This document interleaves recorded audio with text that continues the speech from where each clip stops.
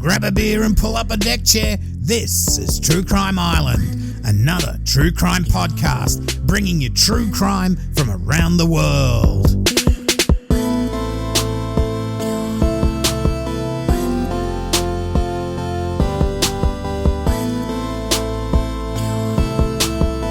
Hi, I'm your host Cambo. Grab a beer and pull up a deck chair. This is True Crime Island, another true crime podcast.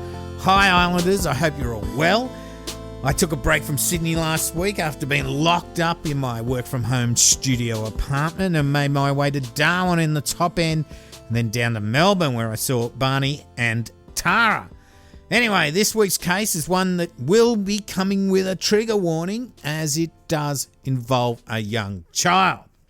References are a coroner's report, court records, a piece by Andrea Petri from theage.com.au, abc.net.au, and aussiecriminals.com.au. Okay, so tonight's case is where a couple, they get together, they have kids, but then they split up and get divorced. Now, there are problems with the settlement in the divorce and with access to the children. This isn't all that uncommon at all. It happens all the time. Sometimes, like in this case, things get out of control in the extreme. So, tonight we have a couple, Peter Barnes, P-E-T-A, who met Arthur Freeman, who met in Australia, and they got married. Arthur, born in 1972, 73, I'm not sure. I don't have the exact date. He was a graduate of computer science at Deakin University in the 1990s before he landed an IT job at the RMIT's aeronautics campus at Fisherman's Bend. Peter was in HR and made her way up the corporate ladder.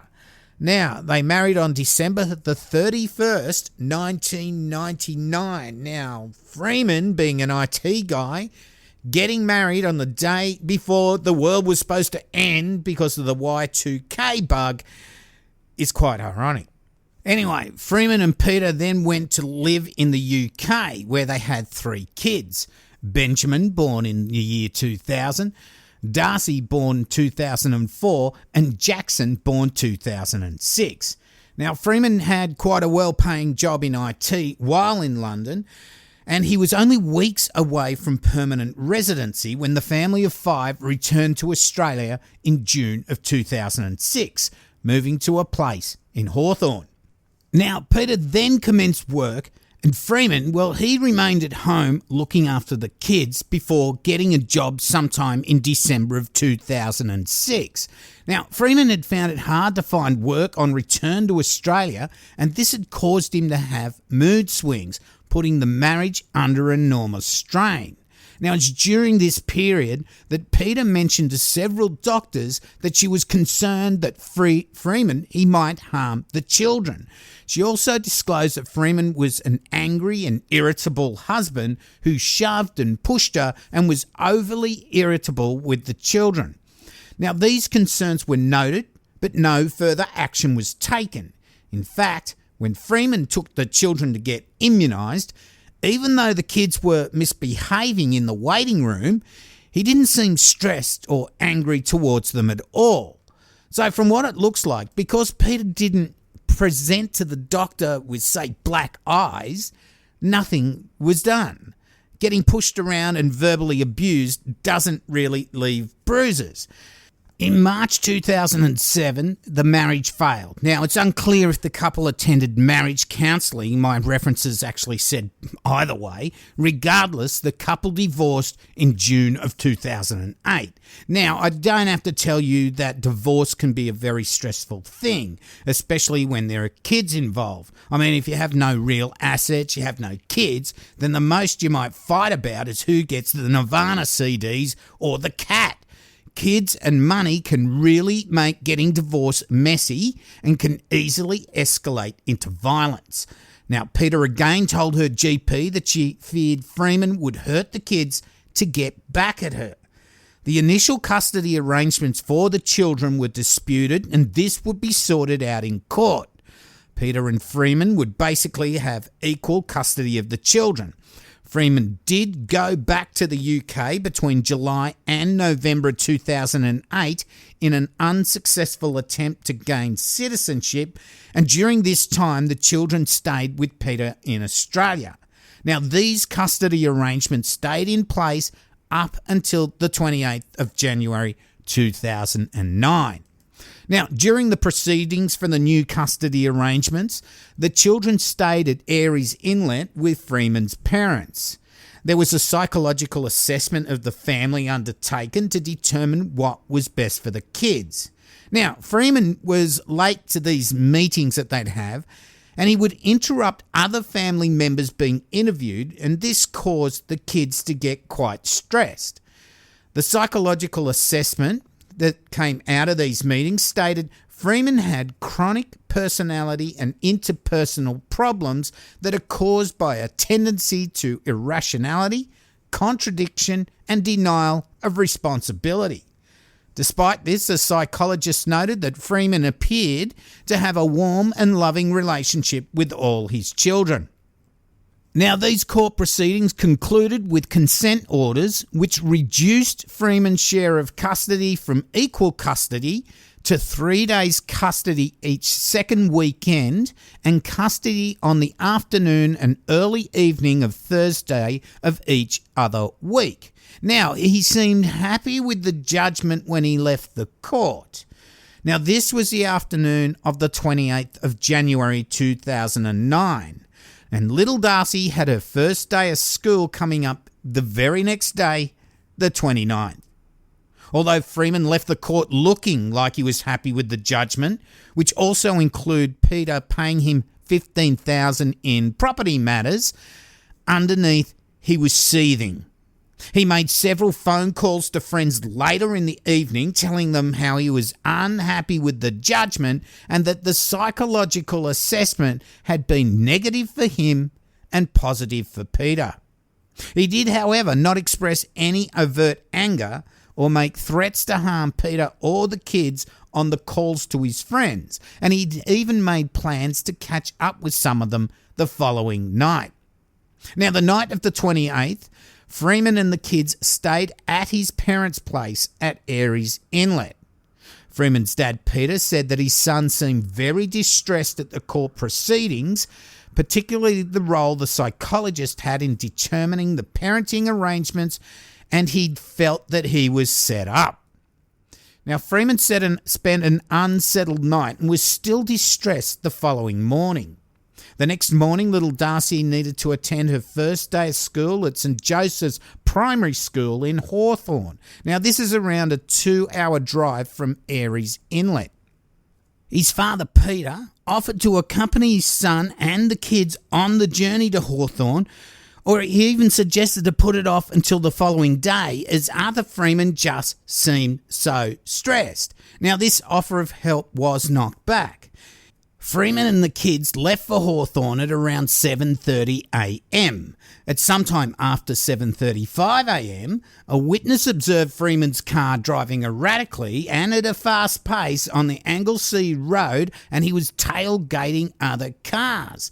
Now, on the way to Melbourne at 8:09 a.m, Freeman had a long telephone conversation with his friend Elizabeth Lamb, who was in England at the time. Now, during that conversation, he was very upset and crying. He described the court proceedings to her as having lost his children.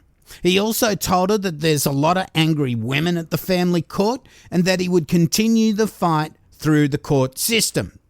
The conversation ended when Elizabeth Lamb's phone battery died, but she was concerned that Freeman might be suicidal.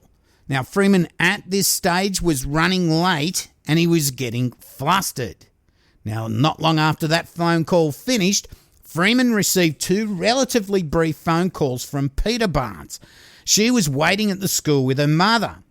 In the first, at 8:54 a.m, he told her to say goodbye to her children.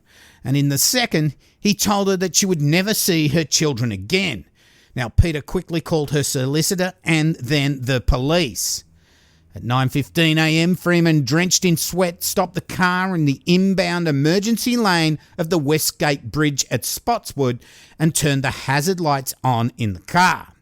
He asked Darcy to climb from the back seat and into the front. Freeman then reached into the car from the driver's side and pulled Darcy from the car and led her over the parapet of the bridge. He lifted her up and threw her over. She fell more than 50 metres into the water below. Now, Freeman was emotionless. He returned to the car and drove away in an ordinary way. Now, Benjamin, his son, asked if he could come into the front seat, and Freeman stopped the car to enable him to do so. Benjamin was all too aware of what had happened to his younger sister and asked his father to return to help. Now, witnesses told of how they saw the car stopped in the lane and thought that maybe one of the kids was sick, and that they were horrified when they saw, who was obviously the father, throw his child over the edge of this bridge. Freeman drove to the Commonwealth Law Court buildings on the corner of William and Latrobe Streets. He parked the car next to the curb in Latrobe Street, about halfway down the block towards King Street, just a normal park in the car. He then went into the court building. Now, this building was where the custody case had been heard over the previous 2 days. When he entered the building, he was carrying Jack and leading Benjamin by the hand. He tried to hand Jack to one of the security officials, saying, "Take my son." The security official declined to take Jack from him. Now, shortly after his arrival, Freeman appears to be greatly distressed and crying, and was generally non-responsive both to the kids and to the court officials. Now, Miss Christine Bendel, a court counsellor, took some effort to comfort and console him. When she eventually got his attention, she said, "It'll be all right," to which Freeman replied, "No," and he sobbed loudly. He later said to one of the police officers, "Take me away." Now, Darcy was found at the base of the bridge by attending paramedics and police following several 000 calls from witnesses. Now, they attempted to revive her and she was transported by air to the Royal Children's Hospital. Sadly, little Darcy wouldn't survive and she was pronounced dead at 1:35 p.m. that day. She was just 2 weeks short of her 5th birthday. So Freeman would be charged with murder and would plead not guilty in a trial that would last 19 days. Freeman's main defence was that he was mentally impaired at the time and that he doesn't recall the events that led to the death of his daughter. So he admitted it was him and that he did it, but he didn't know what he was doing at the time. Now, during the trial, Freeman presented with long, unkempt hair and he looked crazy. Now, this was in stark contrast to those that knew him previously with that neat sort of haircut thing. I mean, he was wearing a suit, but he just looked crazy. Now, this was probably part because he realised what he'd done and partly because he wanted to present himself as being just a little bit mad. Anyway, Professor Graham Burrows, who was called by the defence, gave evidence that in his opinion, Freeman had been suffering from severe depression and as a result had fallen into a state of dissociation so that his acts were not conscious, voluntary and deliberate or intentional. But to the contrary, Dr. Skinner and Dr. Bell, who were called by the Crown, gave evidence that, in their opinions, Freeman was suffering from only mild to moderate depression, and if there were any dissociation, it was not such as have to remove his capacity to act consciously, voluntary, and deliberately or intentionally. Thank God we had some people with sense. Now, the fact of the matter is, or my opinion anyway, Freeman pulled his car into the breakdown lane, he put on his hazard lights, and then he asked his daughter to get into the front seat so he could pick her up and then do what he did.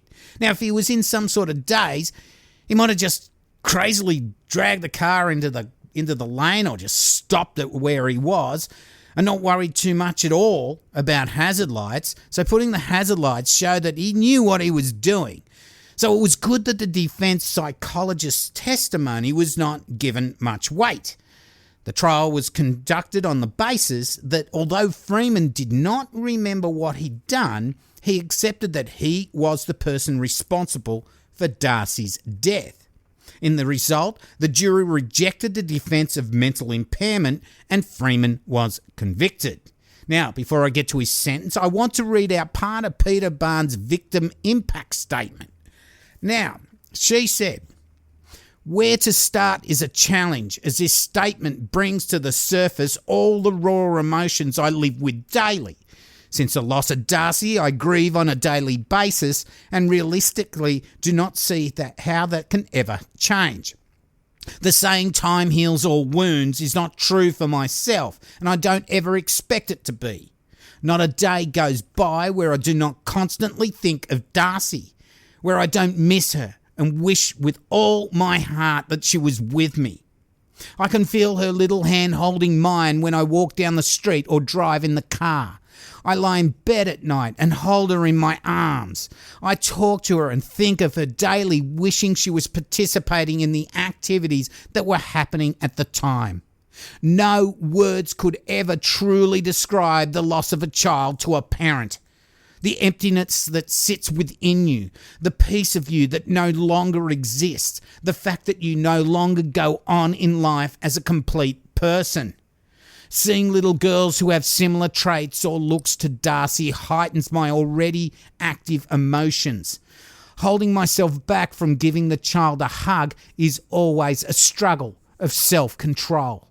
Not a day goes by where I don't flash back to the emotions I felt when I was told by my ex-husband that I would never see my children again. The panic and fear these words set off inside me resonates within me even today. I feel them now in incidents of my daily life that would not have impacted me prior to Darcy's passing. I notice that I have a heightened anxiety in everyday situations and have to manage myself carefully to control this. The events of that day of Darcy's passing are all horrific in their nature.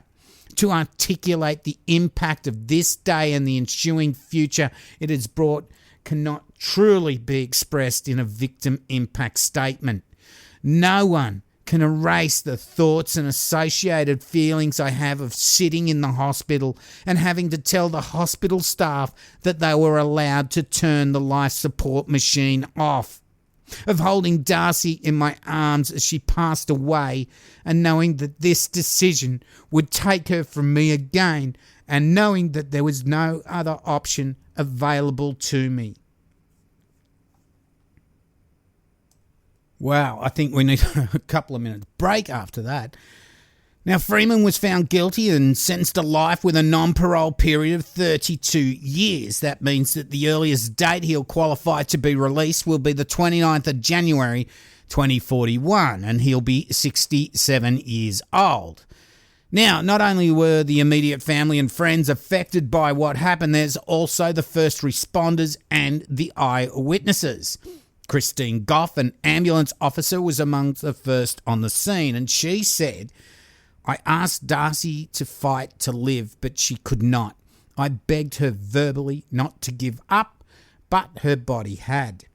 Also called to the job was police officer Colleen Spiteri, who said, "I remember feeling so overwhelmed by what I was seeing, and I turned back towards the footbridge and almost fell to the ground." Spiteri went on to talk about what she'd said to Peter at the hospital. "I spoke to the girl's mother. I told her that her daughter was strong and had fought hard. I told her that in the short time I was with her, I loved her so that she had love around her." What would come out of this is how domestic violence is reported by doctors, teachers and lawyers and the like. Even though the coroner's report found that even though Peter discussed her concerns in regards to safety at home with her GPs and family lawyer, they didn't depart from the prevailing standards of their respective professions in regards to mandatory reporting. Now, he did say that dealing with patients and clients who are experiencing or are at risk of family violence or child abuse is complex. He said the practitioners were eager to improve their knowledge and skills in order to be better equipped to assist their patients and clients. So basically, the response to family violence needed to be strengthened, especially by GPs who are often at the front line in identification, responding to, and following up on family violence cases. Now, even though no one could have predicted the extent that Freeman would go that day, Peter Barnes had given out many warning signs that weren't really acted upon. If anything can come out of this, hopefully better education and more mandatory reporting of incidents can help reduce this type of incident. Basically, I reckon Freeman was a vindictive dickhead. What sort of father or human being, for that matter, would throw a 4-year-old girl over a bridge to her death? He was in a rage and wanted to get back at his ex-wife with something that would haunt her forever. Not only her, but many others as well. A 4-year-old kid, for fuck's sake, in front of her 2 brothers as well. There's no hell hot enough for scum like Freeman, and there's many others that would want him executed. But I reckon that would be too humane for him. It's better he rot in jail for the rest of his life, and he's never, ever paroled. Okay, Islanders, I'll leave that one there. Yet another case that was so difficult to research. Just unbelievable what some people can do. And Peter Barnes, what she must go through even to this day. So before I go, a big shout out to all my Patreons. Thank you for your support. It does keep the lights on, as generally we're a commercial-free podcast. Special thanks to my new patron, Blasphemous JP. If you'd like to help out, go to patreon.com/True Crime Island, or if you want to buy me a beer, you can shout me out on paypal.me/True Crime Island. And a big shout out to Greg Rose, who did exactly that. Thanks, Greg. Links to merch, social media, and my YouTube channel is on my website, truecrimeisland.com, where you can also email me.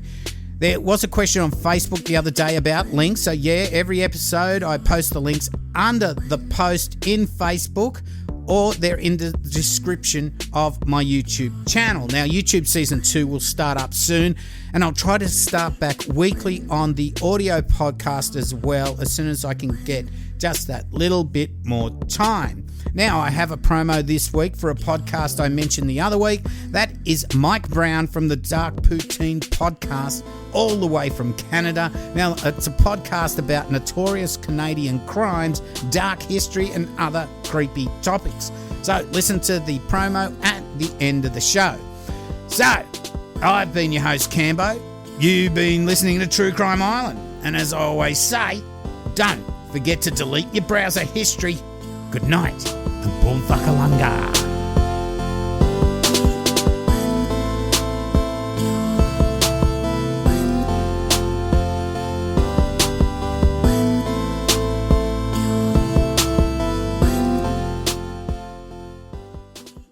How's it going, eh? I'm Mike Brown, host of the Dark Poutine podcast. Every week we serve up a new helping of Dark Poutine, which focuses on true crime and dark history from north of the 49th parallel, with the odd away game covering cases from around the globe. So put on your toque, grab yourself a double-double and a Nanaimo bar, and join me and a co-host every Monday for a new episode of Dark Poutine, part of the Curious Cast network with Chorus Entertainment. You can easily find us on any podcatcher, including iTunes and Spotify. Just search for Dark Poutine and hit subscribe.